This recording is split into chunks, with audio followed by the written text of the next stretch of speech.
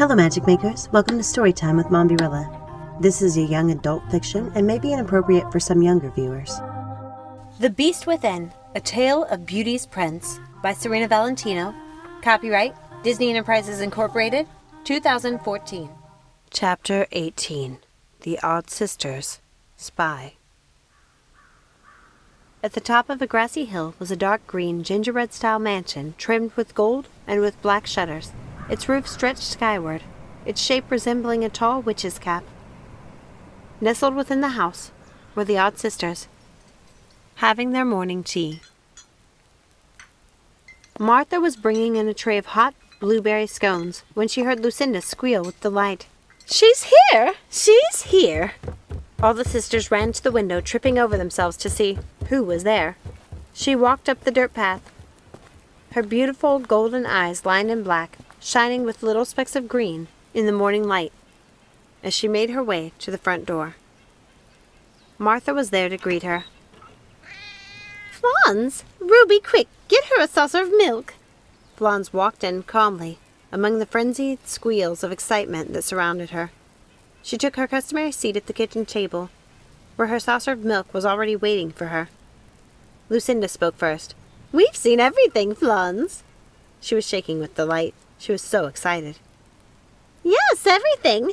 We've seen it all," said Ruby. "You've done well, my beloved." They surrounded her, chattering away like little birds while she drank her milk. The heels of their boots were making a clicking sound on the wood floor as they sang Flans' praises. Circe came into the room, blurry-eyed, to see why her sisters were in such a blissful tizzy at that early hour. "Ah, I see. Flans has finally come home." She stroked Flans on the head as she finished up her milk. "And where did you get off to, pretty girl?" Circe's older sisters looked at each other fearfully, which only succeeded in making them look guilty.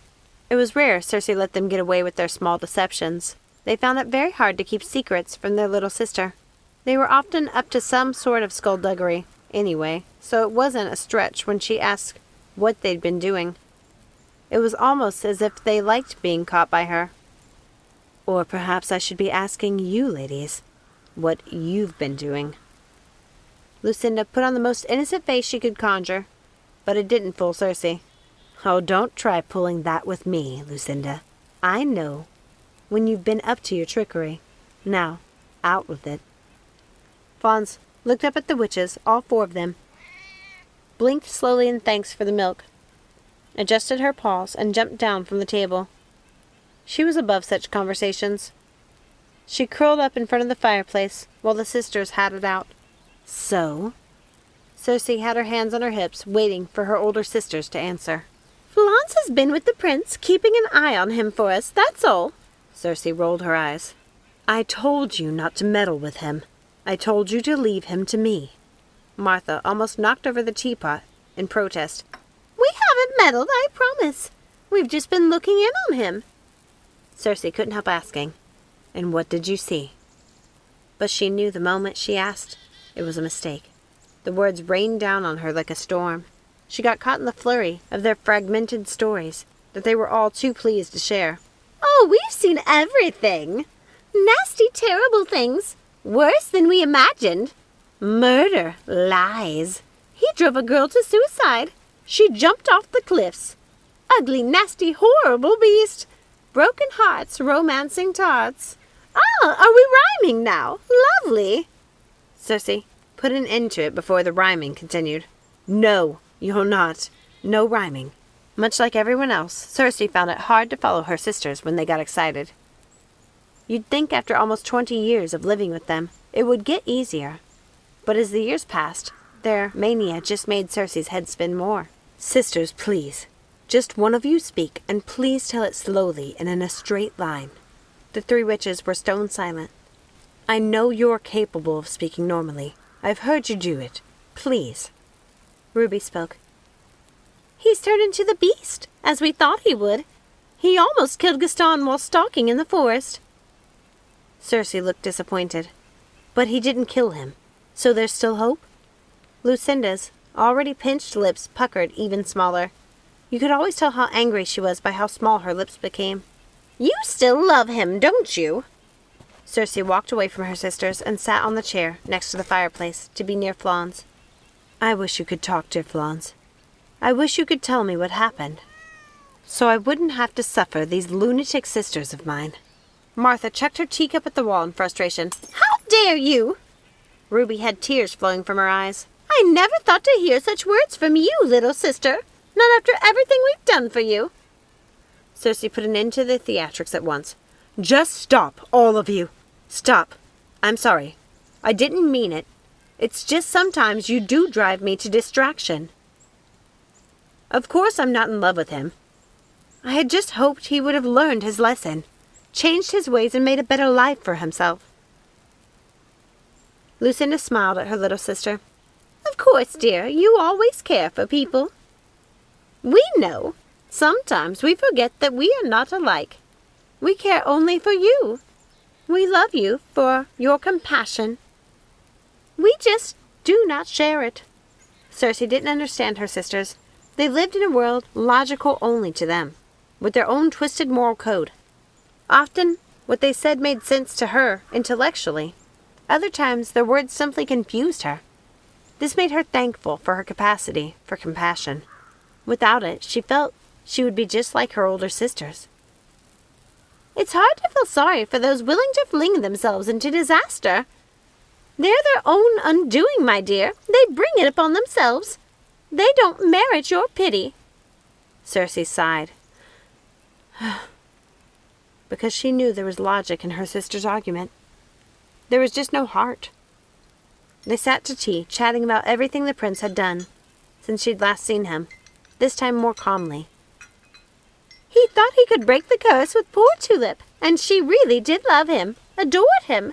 But he blamed her when their kiss did not break the curse. Of course he didn't love her, not really. Not true love. She loved him, true. But the curse dictates both given and received. He thought his selfish version of love would fool us, and he broke her heart in the process. Cersei felt horrible for what had happened to Princess Tulip, and resigned herself to making things right for her and her family. Lucinda saw it in Cersei's face, that she felt guilty. The prince did that to her, Cersei, not you. Cersei sighed and said, I know, but he destroyed her and her family, trying to break the curse. My curse. Martha smiled at her little sister. The old queen blighted the land and left a trail of disaster and death in her wake. Should we blame ourselves? Ruby laughed. How she would have hated to be called the old queen! But that is what she has become so many years after her death. She's become the old queen of legend and myth. But we know the truth. We know she was real. The queen who ruined herself over grief and vanity. Lucinda joined in the laughter. Oh, she would have hated that name indeed. She would fling curses and threaten to kill anyone who referred to her as such. But she's dead now. Dead, dead, dead. Fallen off the rocky cliffs. Cersei remembered Tulip. So, it was she, Tulip, who was driven to suicide? Who threw herself off the cliffs? Cersei asked. Oh, I think she did for the loss of her daughter and of herself. She drowned in her own misery, and regret in the end. I almost felt sorry for her. Cersei wondered how many stories like this she hadn't heard from her sisters. It was clear they were not speaking of Tulip, but some queen who had thrown herself from a cliff. No, I meant Tulip. Your words led me to believe she'd thrown herself off the cliffs of her father's shores. Lucinda answered, She did, my dear, but she was saved by our friend Ursula. Cersei glared at her sisters. And what did the sea witch demand in return? Ruby looked hurt. You think so little of the company we keep? Lucinda added. And how would we know what Ursula took from her? We're not privy to the ongoings of every kingdom. Cersei gave her sister a look, as if she knew very well that was a lie, and her sister relented, as they often did with their Cersei. She was their one weakness. She took nothing from her she actually needed. Cersei didn't look convinced. I want you to make it right with Ursula. You give her something in exchange for whatever she took from Tulip, and I'm going to sort out the kingdom's affairs. Lucinda looked deeply unhappy. If you insist. Circe narrowed her eyes. I do. And sisters, we are to see that Tulip's beauty is returned to her without delay. Ruby was surprised their little sister had guessed what the sea witch had swapped for Tulip's life. Circe smiled smugly. Don't look so surprised. Ursula's beauty was ripped from her years ago, so it would stand to reason she would try to regain it by devious means. I think it's terrible what happened to her, but it doesn't excuse her actions. Lucinda spoke. Doesn't it? Someone has stolen her beauty and absconded with her true voice. Her losses are too many to count. So much was taken from her and then scattered across the vast ocean, so she may never find it again. And for what? A trifle. Circe rolled her eyes at her sisters again. Ursula's deeds were not trifles, Lucinda continued. Whatever our differing opinions may be, I will do what you ask because I love you far too much to watch you suffer and blame yourself for Tulip's unhappiness. Martha looked panicked. But what will we give her? Nothing too precious. Nothing from the vault.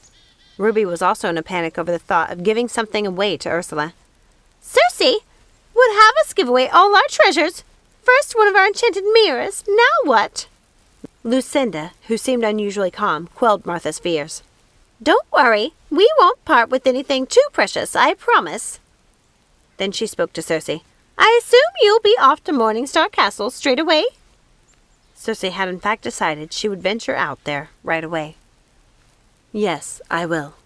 Lucinda went to the pantry and pushed a few things around until she found what she was looking for, a little velvet drawstring bag. When you get there, go to the cliffs and give Ursula this. She will be waiting for you. And she added, Tulip's beauty will be returned. Circe smiled, transforming herself from her just-awoken, disheveled state to one that was more than presentable for a journey to Morningstar Kingdom. I'll be off then. Don't get into any trouble while I'm away. It may be some time before I return. Thank you so much for listening. I hope you enjoyed this reading. If you haven't had a chance to, please take a second, like, subscribe, ring that notification bell, comment down below, share with a friend, and check out some of the other Villain series chapters and books as well. Join us next time, and remember, let it go and keep moving forward. Have a magical day. Bye!